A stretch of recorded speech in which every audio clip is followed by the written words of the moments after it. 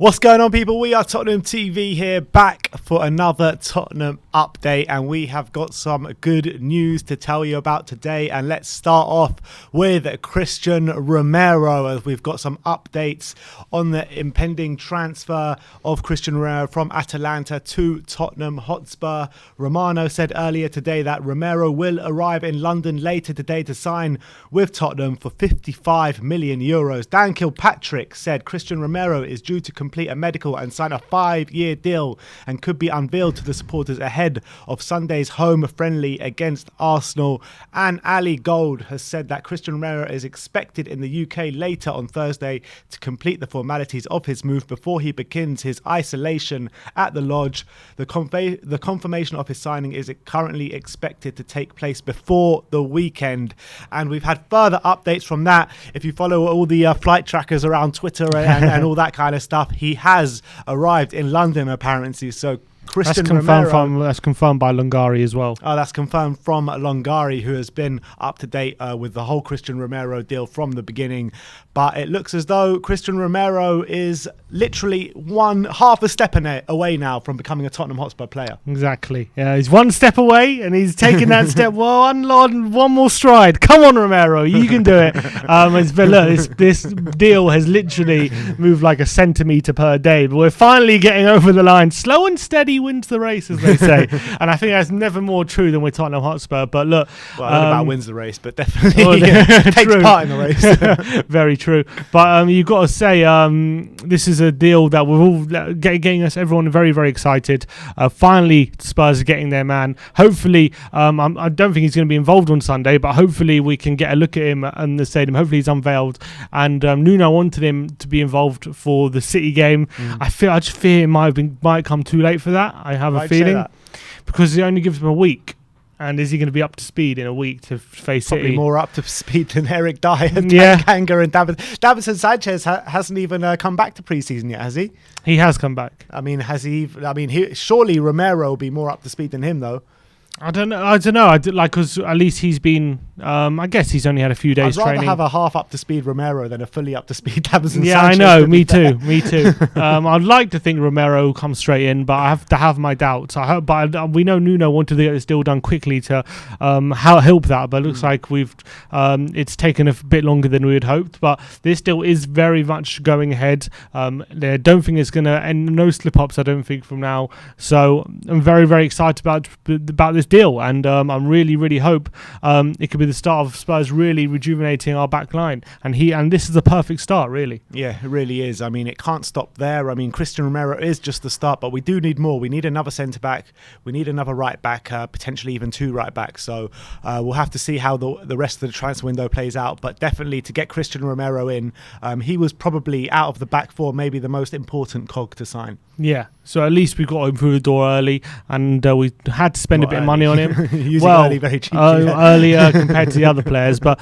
at least we have got him through the door as the first defensive signing, and we'll spend a bit of money on him, but hopefully he'll be worth it. Good price for a player of his age. I think it could be one of our best decisions. We'll have to wait and see. Yeah, definitely. And we'll bring you some more content when he is unveiled. Hopefully the great Romeo Agresti will be able to fill you in more about Christian Romero, about how his time at Italy has gone so far. But let's move on. Let's talk about Takehiro Tomiyasu of Bologna. It's been widely reported throughout the whole of the summer that we've been chasing this guy, and we've got some updates. First one from Mike McGrath saying Spurs remain in talks with Bologna over versatile defender Tomiyasu. His deal has been discussed between the two clubs this week. Ali Gold went on to say today that the club will have to decide whether to follow up on their initial offer for the young Bologna defender, who can play at right back or anywhere across the defence if required. And this was the worrying one, is Corriere dello Sport saying Tottenham have now backed out from the deal to sign Tomiyasu. Arsenal are now in the picture to sign him. Tomiyasu's representatives are working day after day to secure a transfer to the Premier League.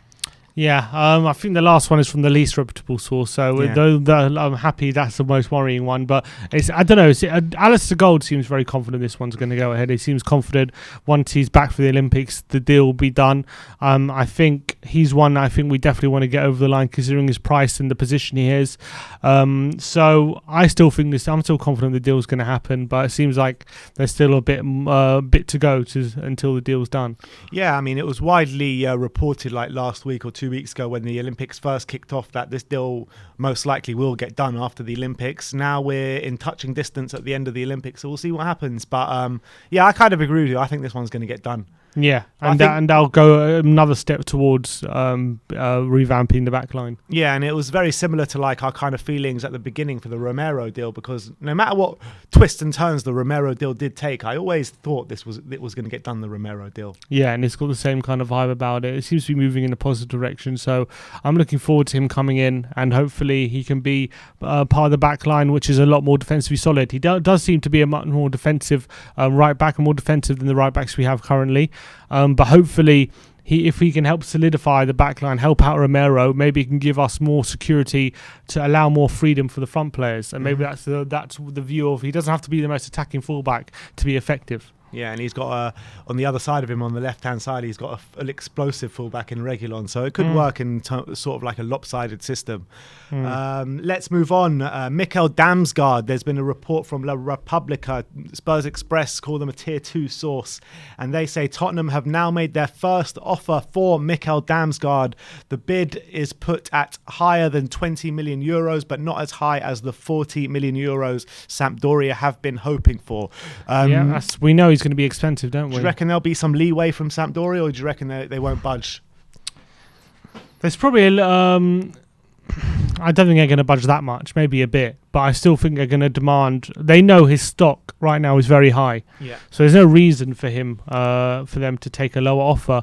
Seeing as that there are probably a few clubs. Well, or even if he stays another year, his value can even go up because he's so young. So I think at the moment, they're within their right to ask for that amount of money. I don't think they're going to budge too much. They might. I don't know what their financial situation is, but I get the feeling that they can probably demand the 40 million without having the need to lower their fee. I don't see why not. I've always thought that he might go for like something like 35 million euros. I mean, 40 does seem a bit too expensive. 21 years old though, 3 years left in his deal, and he's just had an amazing Euros.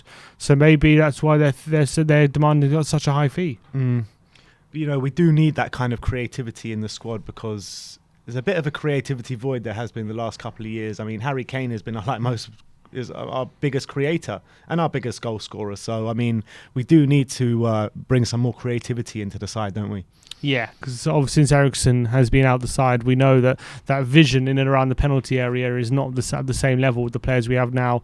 I just think at the moment, would I rather try and get the best out of Lo Celso and Ndombele and Delhi creatively, or would I rather spend 40 million on Damsgaard and neglect maybe other positions? I think I'd rather take a gamble on the creative players we do have, if that means reinforcing other positions rather than spending that big money on Damsgaard where maybe it's not that necessary. Yeah, and after signing Bryan Gil as well, I mean, they're very similar positional wise, Bryan Gil and Damsgaard. So I mean, to sign both of them in the same window with only getting Lamela out in our attacking positions doesn't really make too much sense to me as a priority anyway. Exactly, that's how I feel. Let's move on. Let's talk about Dusan Vlahovic. It's nothing that we haven't heard before, but Ali Gold was talking about it today, so we thought we'd bring it to you. And he said, reaffirmed today, that Dusan Vlahovic is understood to be Paratici's top choice to bring in to partner Harry Kane up top,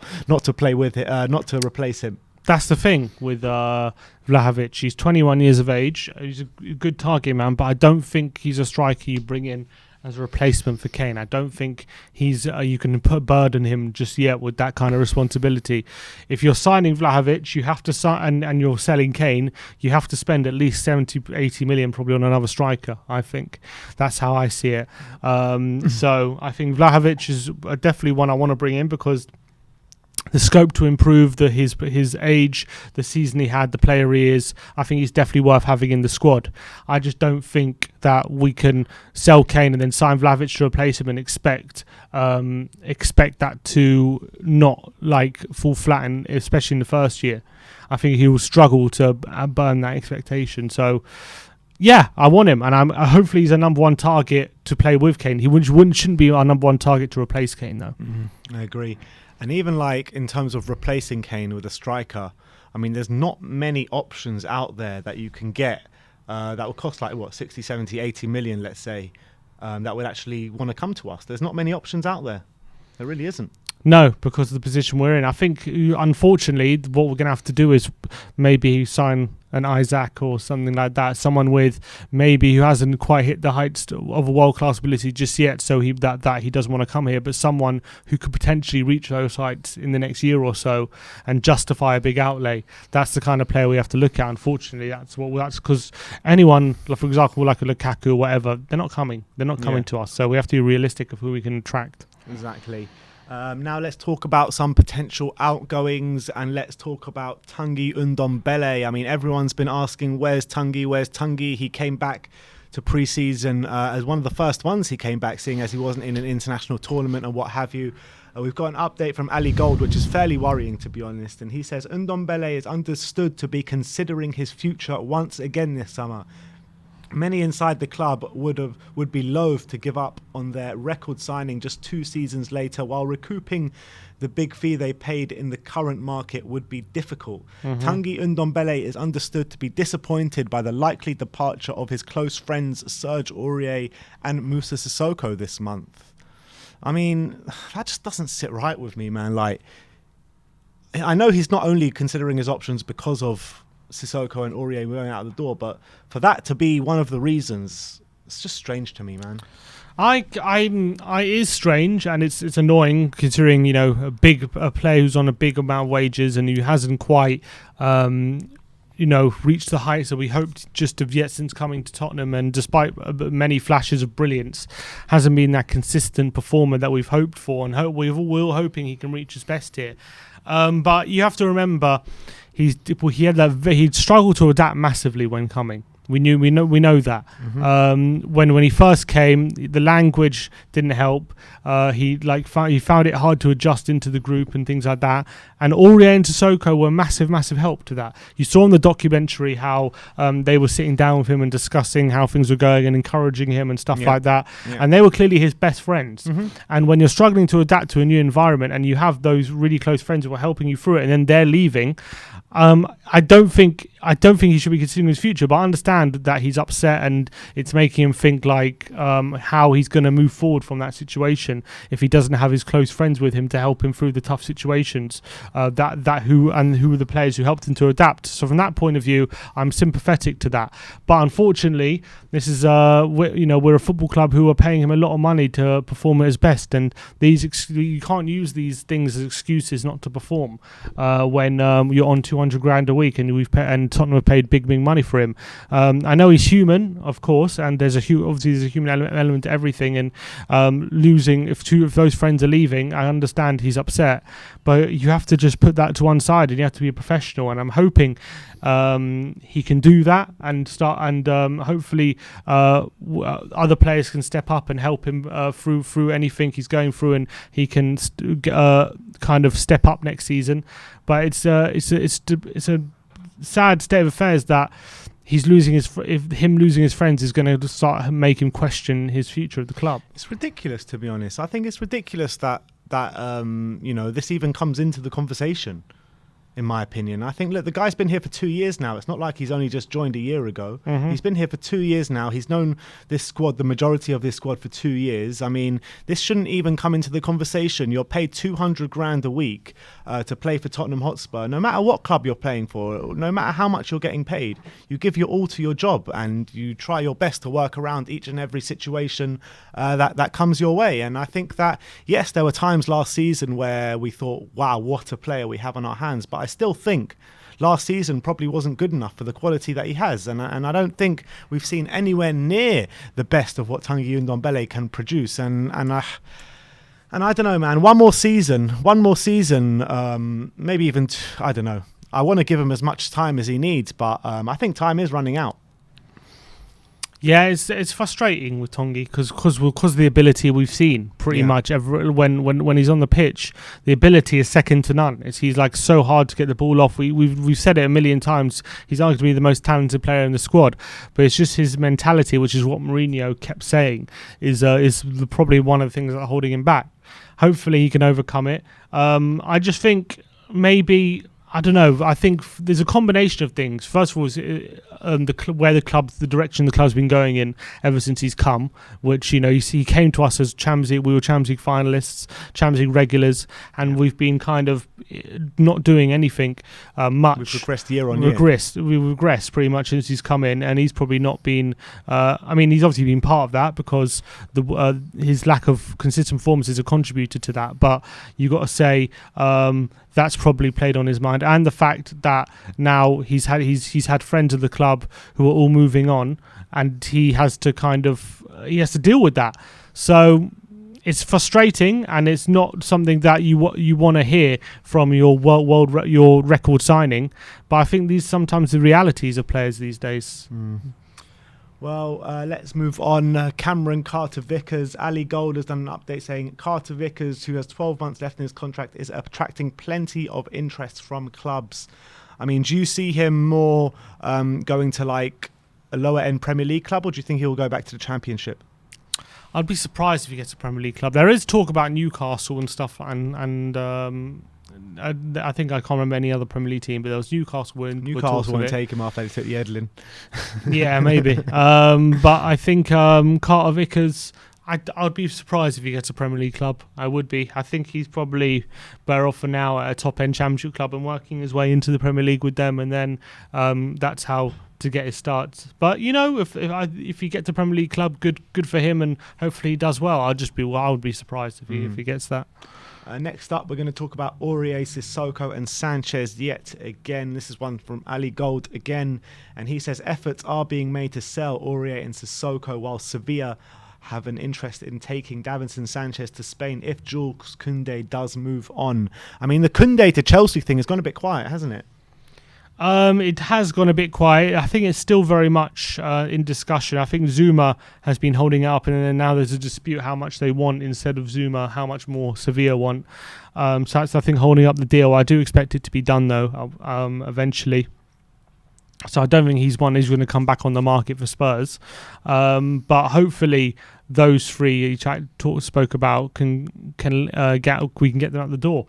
And I'm glad to hear there are efforts being done to move them on. Hopefully someone bites for each of them. Anyone. Someone just take him off our hands, because we need to free up the space. We need the wages off the books, and those three have just outstayed their welcome in the squad, unfortunately. Yeah, they have, most definitely. Let's move on to the final story of the update. Japhet Tanganga apparently has rejected a loan move to Galatasaray. Let me just read you the update from Ali Gold, and he says, Japhet Tanganga is the subject of an approach from Galatasaray, but Spurs would prefer him to go on loan to a UK club to get minutes. Currently, he is believed to have rejected the chance to head to Turkey, but throughout this month, he will assess his options. I imagine that the deal might still be on the table later on in the window to go to Galatasaray. Do you think an offer will come in from a UK based?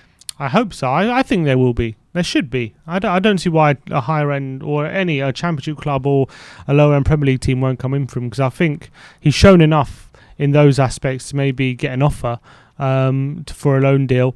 So I would like to think he's shown enough to get an offer, but if it doesn't happen, at least he's got that Galatasaray offer in the back pocket, and I still believe that's like a decent move. Final, the back exactly, pocket. got it in the back pocket. So I guess another one. Wait and see. I think he's going to hold out. He's clearly not in any rush to move, so he doesn't want to just snap at the first opportunity to leave, which is I can respect that from Tanganga. So we'll see how this one plays out from now to the end of the window. I don't think he'll be here though come the end of the window. It looks increasingly unlikely. But that is your Tottenham update for today. Let me know in the comments section below if you have any thoughts regarding any of the news that we have brought you today. Thank you everyone for watching. Like, subscribe and comment. And as always, come on you Spurs.